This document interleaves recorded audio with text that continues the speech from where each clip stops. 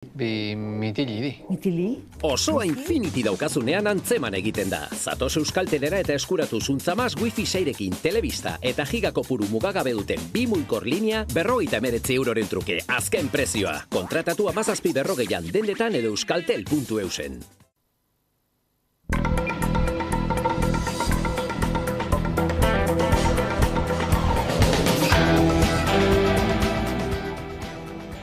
SHLA, LAB, SM, Komisiones Obreras eta UGT sindikatuek grebara deitu dute Osakidetzan maiatzaren 18rako eta 19rako. Osasun sistema publikoaren arazoak, egiturazkoak eta pandemiaren aurrekoak direla zehaztu du Ester Saavedra elako ordezkariak eta berehalako konponbide sakonak behar direla hoiek konpontzeko. Salatu du Eusko Jaurlaritzako Osasun Sailak ez duela borondaterik. 37.000 langile daude deituta lan uztera. Iaz, 4 greba egun egin zituzten, baina SME sindikatuak ez zuen parte hartu. Aurtengo otsailean egindako mobilizazioetara batu da eta maiatzekoa izango da babestuko duen lehenengo greba. Mahai sektoriala oraindik ere erabat blokeatuta dagoela salatu du.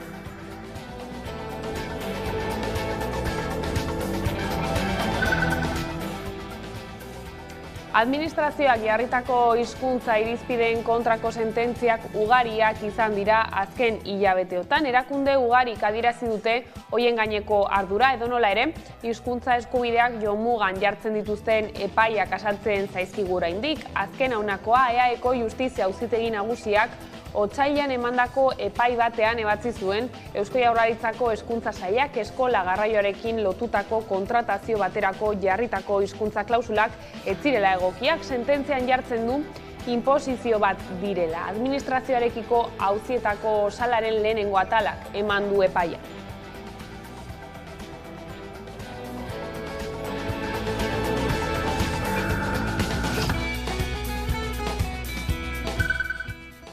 Arratsaldeon, La Furia, Arkada Sozial eta The Trikitinsen kontzertuekin eta Irlandako Sinn Féin alderdiko bozeramaileekin ospatuko du EH Bilduk aurtengo aberri eguna Iruñean, apirilaren 9an. Asmoa, jai giroa eta giro aldarrikatzailea elkartzea da. Bakartxo Ruiz EH Bilduko bozeramaileak Nafarroako parlamentuan aurkeztu du asteazken honetan. Aurtengo aberri egunak balioko digu geure nazio kontzientzia hori berritzeko, geure konpromisoa berresteko, berdinen eta persona askeen Euskal Errepublika berandu baino lehen eraikitzeko. Eta balioko digu, herri honek daukan energia guztia biltzeko eta aldi berean askatzeko. Horretarako, aurten ere aberri egunean, uztartu egingo ditugu, borroka uztartu egingo ditugu, aldarria eta uztartu egingo dugu jaia.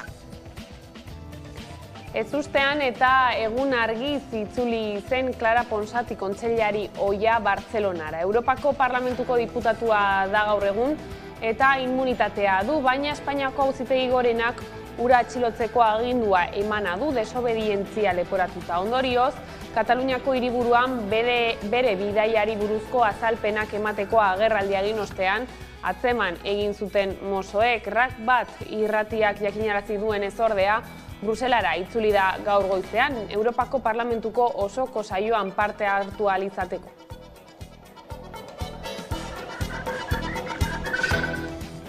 Gizarteratzeko eta diru sarrerak bermatzeko euskal sistemaren legea asteazken honetan indarrean sartu da. Gutun sozialak salatu duenez, lege berriak ez dakar berritasunik pobreziaren aurkako borrokan, era berean eskatzen duenez politika publikoen norabidea aldatzea eskatzen du, egoera errotik heltzeko eta bizi baldintza duinen alde egiteko. Euskal Herriko eskubide sozialen aldeko gutunaren hotzetan esan nahi dugu, gure aldarrikapena dela, lege honekin ez dela pobrezia bukatuko eta teorian karriko dituen onurak ez direla hain DBSa kobratzen duten pertsonestan ez dela hain onuragarria izan. Azpiegiturei dagokionez oraindik zehazteke dago noiz amaituko dituzten Ipar Euskal Herria eta hegoaldea batuko dituen AHT-aren obrak. Bien bitartean, Gipuzkoan aurrerantz doazela ikus daiteke. Udane Arbeo. Jaurlaritzak iragarri du Donostiako abiadura handiko trenaren sarbidea urtebete berru amaituko dutela, alegia Hernani eta Astigarraga tartea datorren urteko udaberrian amaituko dutela. 2,4 kilometroko luzera izango du tarte horrek eta 94 milioi euro gastatuko dituzte horretan. Hain justu Hernani Astigarraga da Espainiako gobernua Jaurlaritzarekin eta Adifekin batera 2006an sinatutako lehen kudeaketa agindua osatzen duten 18 artean azken aurreko fasea edota tartea, eta Astigarraga Lezo tartea berriz informazio azterlanerako fasean dago une honetan. Entzun dezagun Iñaki Arriola sailburua, garraio sailburua. Espainiako abiadura handiko trenaren lehen zubibide tiranteduna du. 30 metroko altuera duten 3 mastaditsu eta Urumea ibaia 2 aldiz zeharkatzen du, forma berezi bat sortuz. Aste batzu barru, bide zubiko lanak amaitu ondoren, abiadura handiko trenaren zati honen azkenengo faseari ekingo diogu eta hurrengo urteko udaberrian bukatzea espero dugu. Eta kulturan datorren larun batean Zein festivala ospatuko da. Bigarren urtez, kultura proposamen zabala dakar jaialdiak, 22 artistek hartuko dute parte, horien artean Zetak, Nogen, Eskabidean edota Dr. Dese. Horrez gain, disiplina artistiko desberdinek ere izango dute tokia. Ez dut inoiz ukatuko zer den. State Fest egun osoko festa izango da, egun osoko eta gainean mundu guztiarentzat. Hemendikat asko izugarri gustatzen zaigu eta haien omenez egingo dugun festa izango da. Kalitatea bermatuta dago, pantailara begiratzea baino ez dago, danontzako dago eskaintza, elkargunea da, musikariekin, lagunekin, musika azkenean batzen gaitun elkargune bat ere badalako. Nahi duna erakutsi gure emanalditan aniztasuna, ez bakarrik pertsonan aniztasuna, baina derra gestenan da aniztasuna. Jaialdiarekin oso pozik gaude, milaka eta milaka pertsona izango diraan. Baina, bai uste dut, jaialdi herriko badela, jaialdi bat non milaka pertsona egon beharra diren, jaialdiak berak zentzua izateko, ez? Zu dela proiektu bat, bere garaian eragin handia izan zuena, baina gaur egun hobe ulertu dena, nire iritziz, ez? Klaseko izatearen konplejuri bat erez, erdara traketxetan mintzatzearen aerez.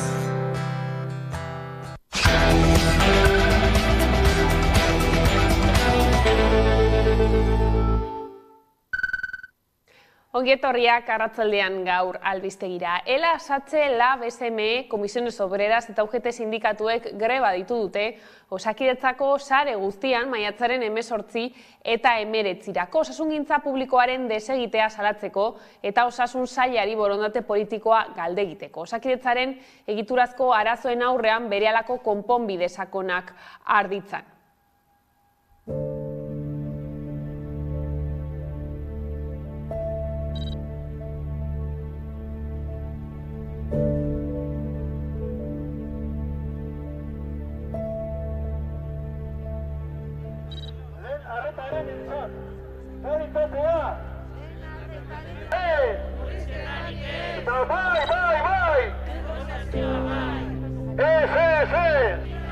Reforma de primaria es lo prioritaria. Reforma de primaria. Reforma de primaria.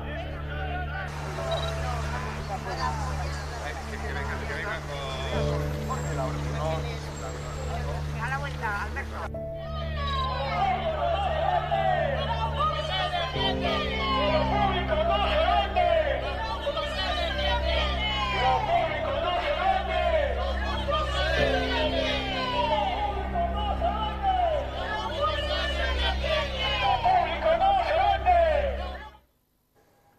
Arartekoak nabarmendu du pandemia ondoren zenbait administraziok ez dutela elkarlana zaindu. EAEko Ararteko Manuel Lezertuak 2022ko txostena aurkeztu du. 2022an jaso zituen kexu eta eskakizunei buruzko txostenak nabarmendu du zenbait erakundek ez dietela erantzuten Arartekoaren informazio eskaerei. Bestalde, Osakidetzari lotutako kexak 120 ugaritu dira 2020 urtearekin alderatuta.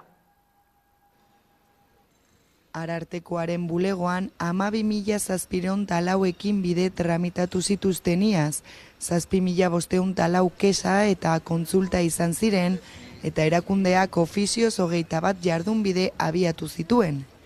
Era berean 2.328 espediente ebatzi zituen eta 1.355 ebazpen eman. Kexak tramitatzeko batez besteko epea 66 egun izan zen. Osakidetzari dagokionez idatzizko 307 kexa aurkeztu ziren. Izan ere, kexak gehien ugaritu diren arloa izan zen. Arartekoak tramitatutako guztien 12,11. Lezertuak adierazi duenez 2020 urtearekin alderatuta, Osakidetzarekin lotutako kexek 220 egin dute gora.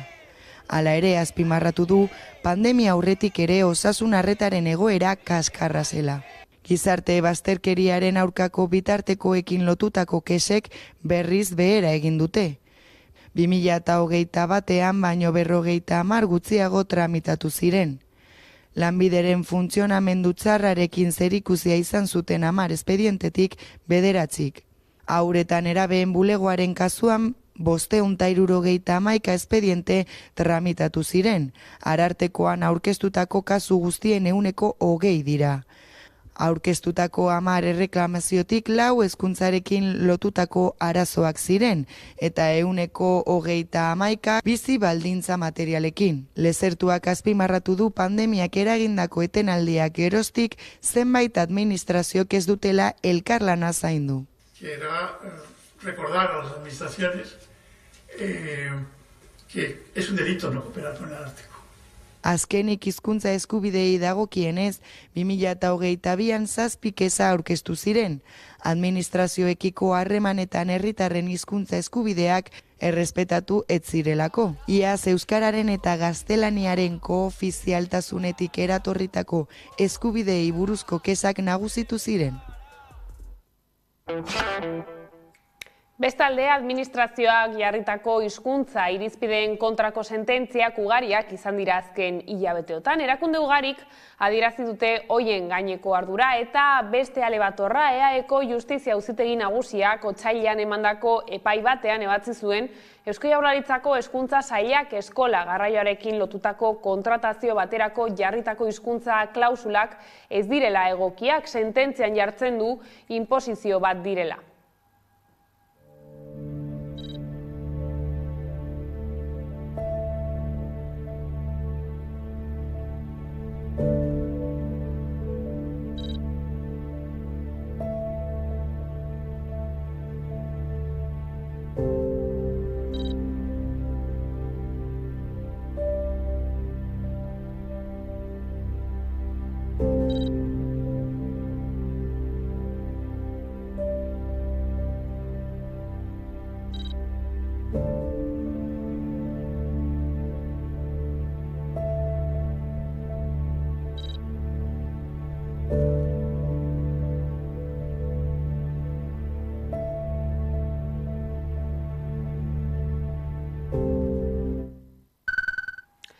Pablo Jaren epaileak behin-behinean aske utzi du Clara Ponsati eurodiputatua. Atzo arratsaldean atxilotu zuten Bartzelonako katedralaren plazan desobedientzia leporatuta. Ponsatiren defentsak habeas corpus eskaera bat egin dio instrukzioko epaileari, atxiloketa legez kanpokoa izan dela argudiatuta.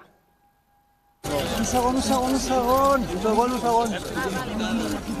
Hauríem de caminar una mica més, sisplau. Us tan amable? Sí, soc conscient. Vostè sap que jo tinc immunitat?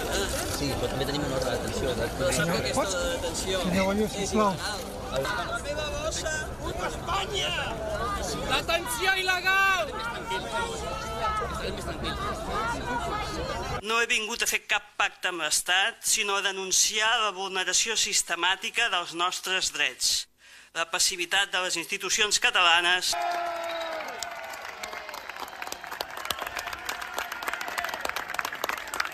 Un d'octubre, ni oblit ni perdó! Un d'octubre, ni oblit ni perdó! Un d'octubre!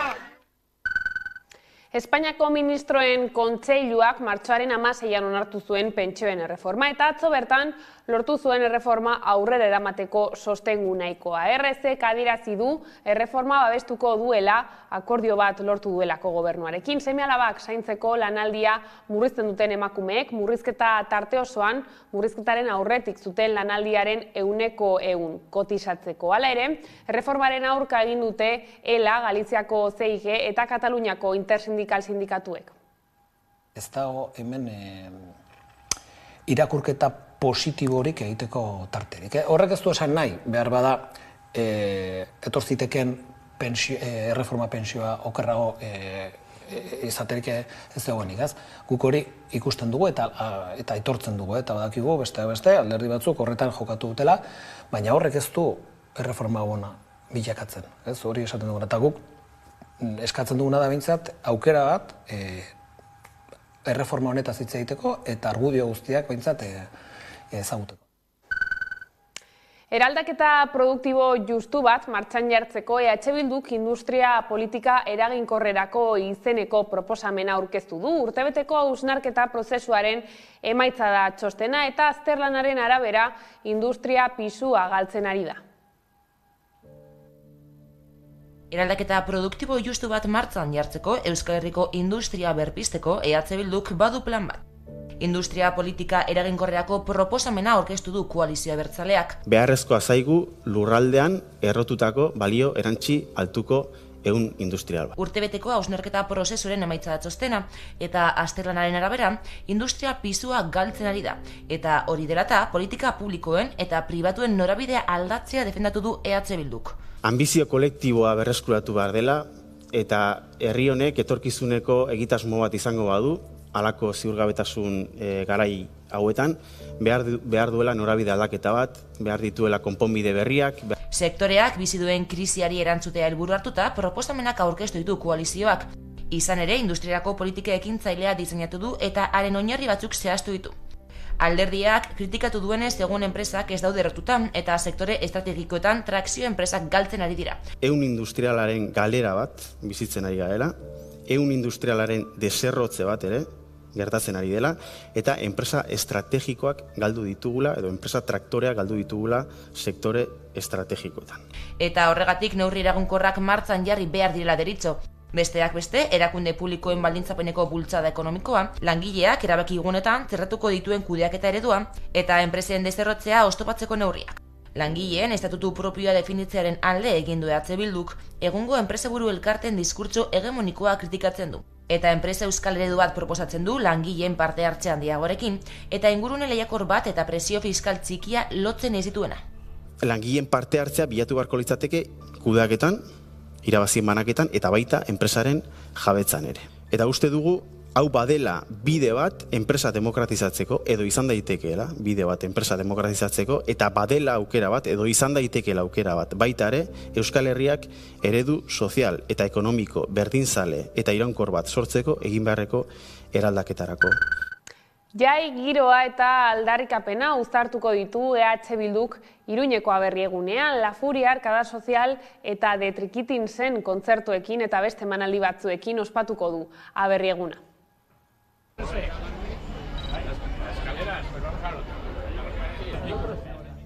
Ziur gaude, egungo Euskal Herriak ere egingo duela. Baina horretarako beharrezkoa izango dugu inongo zalantzari gabe gure nazio kontzientzia, gure nazio pulsua bizirik mantentzea. Aurtengo aberriegunak balioko digu geure nazio kontzientzia hori berritzeko, geure konpromisoa berresteko, berdinen eta persona askeen Euskal Errepublika berandu baino lehen eraikitzeko.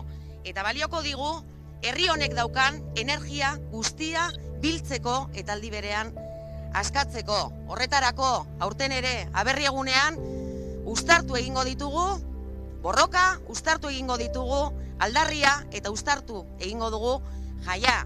Aurten ere, Euskal Herri osoa jarriko dugu Iruñera begira. Eta aberri egun honek balioko digu elkarrekin maite dugun herria borrokatzeko, amesteko eta disfrutatzeko.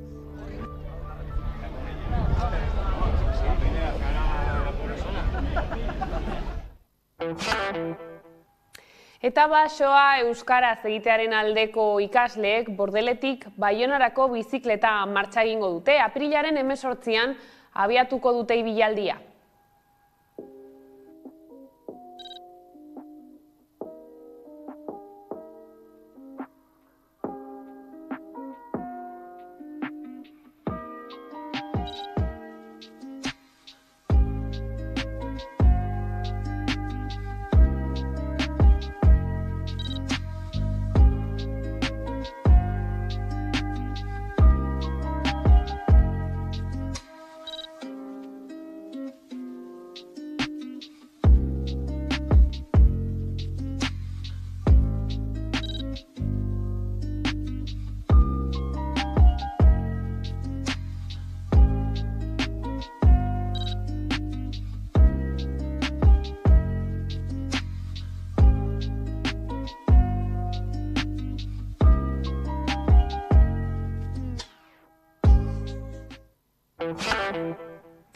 Elkarrekin amestu, gozatu eta lan egiteko espazio berria dute Oiartzunen landetxe du izena eta hori ezagutzeko aukera izan du Udane Arbeo lankideak.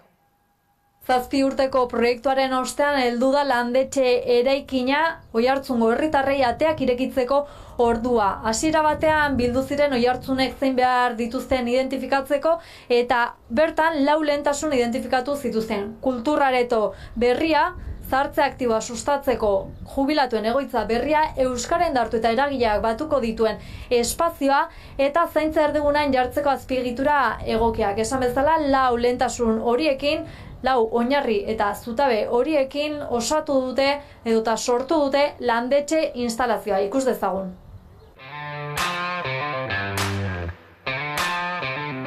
Oiartzunek etxe berria altxatu du.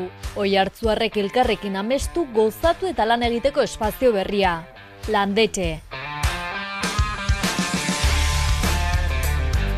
7 urteko proiektuaren ostean heldu da ateak herritarrei irekitzeko ordua. Oiartzunek zituen behar estrategikoak aztertu eta 4 lehentasun identifikatu zituzten. Kulturaretoaren beharra, zahartze aktiboa sustatzeko jubilatuentzako egoitza berria, euskara indartu eta eragile guztiak elkartuko dituen espazioa eta gizarte zerbitzuak eta zaintza erdigunan jartzeko azpiegitura egokiak. 4 lehentasun horiek izan dira landetxe sortzeko oinarria, eraikinaren 4 zutabeak, ongizatea, kultura, euskara eta adinekoak. 4 zutabe, 4 ardatz, 4 oinarri. Landetxen batuko dira aurrerantzean euskalgintza, herriko jubilatuak, kulturgileak eta kulturzaleak. Horrela landetxeri esker libre geratu da Ferminen etxea eta bertan kokatuko dute udaleko ongizate saia, herriko plazan, erdigunean. Obra eta eraikina bera baino garrantzitsuagoa izan da udalarentzat proiektu osoa herritarrekin elkarlanean definitzea. Horretarako arlo-zarlo martxan jarritako parte hartze prozesuak emankorrak eta aberatsak izan direla adierazi du udalak. Aurrerantzean ere elkarrekin lanean jarraitzeko deia egin diete herritarrei. Herritarrak direlako Oiartzun mugitzen duen indarra. Oiartzuneko orain aterpe berria du. Indarrak batu, elkarlanen proiektu berriak sortu eta herri hobe bat egiteko tresna berria.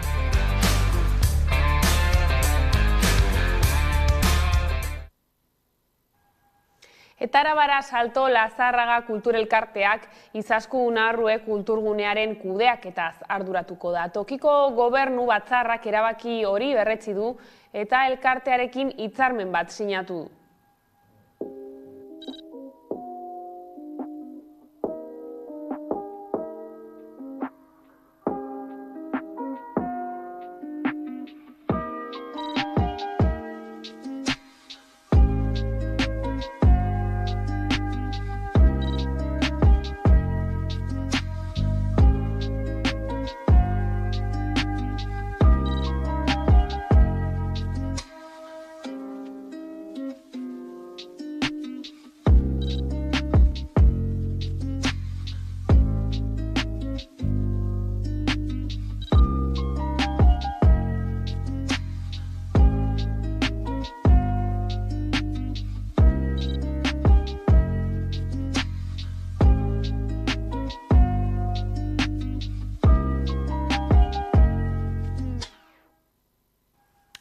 BBK Fundazioak Kutxabanken akziodun nagusia izaten jarraituko du, errotzea bermatu du 231 milioi eurotik gorako erreserba funtsa eratu ostean. Egin beharrekoak egin ditu BBKak. BBK Fundazioak Kutxabanken akziodun nagusia izaten jarraituko du. Errotzea bermatu du 231 milioi eurotik gorako erreserba funtsa eratu ostean. Funtsaren dotazioarekin Kutxabank errotzea bermatzen dugu. Euskal erakundea, Euskadiko zerbitzu enpresa nagusia eta 6.000 familia baino gehiagori enplegua ematen diena, hemen jarraitzean ahalbidetuz. 200 milioi euro baino gehiagoko erreserba funtsa izatea da legeak ezarritako nahitaezko betekizuna, eta bete du dagoeneko 2024ko azken epea baino 2 urte lehenago. Aurrezki kutxen eta banko fundazioen legean aurreikusitakoa baino 2 urte lehenago eskatzen duen erreserba funtsaren gutxieneko volumen objektiboa osatu dugu. Egindako kudeaketa egokiari esker izan dela dio erakundeak, eta gaineratu du lortutakoa mugarri oso garrantzitsua dela. Hori guztia posible izan da BBKak egindako kudeaketa onari esker. Gaineratu duenez, burtsara ez ateratzeko erabakiari esker, 2.000 milioi euroko galerak saiestu ziren. Garrantzi handiko gertaera da guretzat. Askok uste zuten ez genuela lortuko. Biderik zailena aukeratu genuen, baina sustraitze eta egonkortasunari dagokienez, ekarpen handiena egiten zuena eta eskartzen zenaren espirituari gehiago egokitzen ziatxona.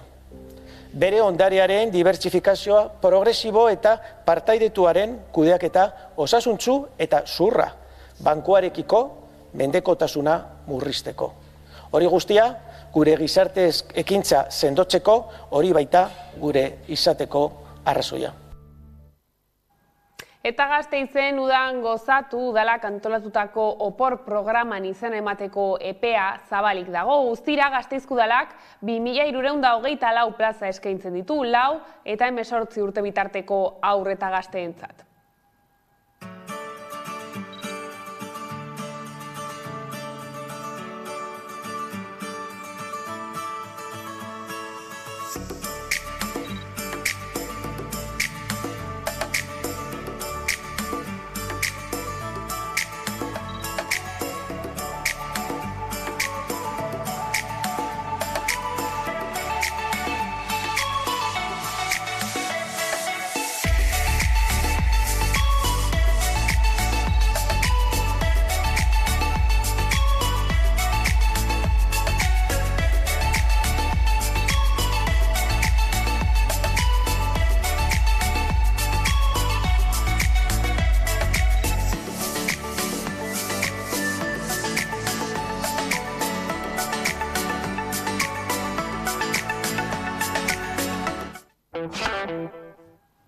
Eta horrela iritsi gara albistegiaren bukaerara. Gaurkoan 11 hitzen desgaraian abestiarekin agurtuko zaituztegu, gustatuko zaizuelakoan besterik ez. Gure aldetik horiek izan dira arratsaldeak gurean gaur utzi dituenak. Gogoratu guztiak eta gehiago nahi duzuen aldiro 11.eu satarian daudela eskuragarri. Gero arte.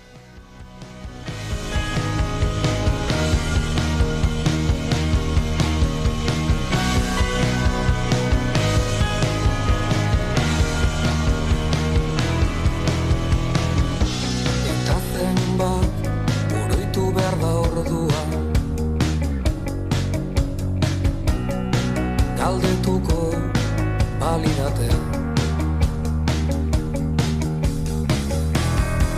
Amaika hitzeta bat gehiago Erantzungo nieke